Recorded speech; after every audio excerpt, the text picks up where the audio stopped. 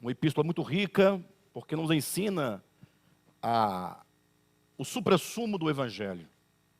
Poderíamos dizer que Efésios é o suprassumo, a essência, é o que há de essencial, de fundamental, porque aqui nós temos o falar direto. Quando nós lemos os 4 evangelhos, Mateus, Marcos, Lucas e João, e eu tenho insistido com os irmãos para lerem os 4 evangelhos, nós vamos encontrar o falar de Jesus, né? Durante o tempo em que o Cristo esteve encarnado, na pessoa de Jesus sobre a terra. Então ele falou a doutrina do Pai. Há um texto de João capítulo 7, versículo 15 e 16, em que Jesus fala, a minha doutrina não é minha, e sim daquele que me enviou.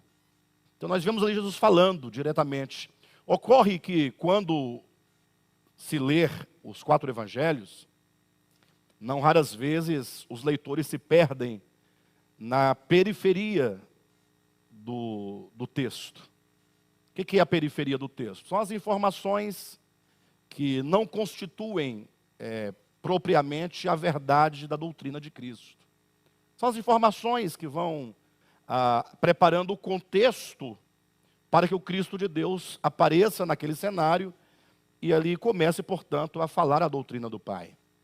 Então, geralmente, talvez isso seja até mesmo uma tendência do homem natural, do homem carnal, ou da pessoa não espiritualizada, né? Não efetuou ainda a sua sese espiritual, ainda caminha nos rudimentos, ainda dá muita atenção àquilo que não tem valor, de fato, e acaba perdendo, portanto, a essência, né? Então, fica ali nas questões da história do tempo de Jesus e perde o principal, que é o falar de Cristo, o pensamento de Cristo. Quando nós lemos, portanto, a Epístola aos Efésios, ou que seja outra epístola, não necessariamente esta, né? O apóstolo Paulo, ou que seja outro apóstolo, eles vão direto ao ensino de Cristo.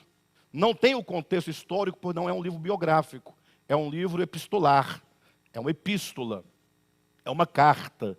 Então, logo, o apóstolo coloca de maneira imediata o que é o Evangelho. E hoje mesmo eu estava pensando acerca disso, quanto que nós precisamos atentar para a essência do Evangelho. Nunca confundindo o Evangelho com os Evangelhos. Os Evangelhos são livros, são 4 livros, que contêm o Evangelho, que é o Cristo de Deus, que é o Evangelho, e o falar de Cristo, que é o Evangelho. Mas assim, o quanto nós precisamos resgatar a verdade do Evangelho, isso porque, pensem comigo, depois de muitos anos de judaísmo, depois de Moisés em diante, depois ali da saída do povo de Israel do Egito, nós temos ali o povo de Israel chega ao Monte Horebe, ou que seja o Monte Sinai, é o mesmo monte, e ali eles recebem a lei e começa, portanto, a experiência daquele povo em relação à lei, em relação a Deus. Depois vem os profetas, e depois vem o judaísmo no 4º século antes, no 4º século antes de Cristo, talvez ali 2 séculos antes de Cristo, com o retorno do povo de Israel do cativeiro, do exílio babilônico, e ali nesse retorno, não tendo mais ali as estruturas do templo com seus cultos, conforme era antigamente, quando eles retornam, imediatamente o templo ainda está destruído. Então, nesse retorno, vão surgindo as sinagogas, os lugares onde eles se reuniam para fazer a leitura da lei dos profetas. Aí começa o surgimento da hierarquia, estabelecida por eles mesmos, os sacerdotes, ou melhor, digamos, o chefe da sinagoga. Os sacerdotes assumem um poder muito grande sobre o povo. Vão surgindo as seitas, né? Ali os fariseus, os saduceus.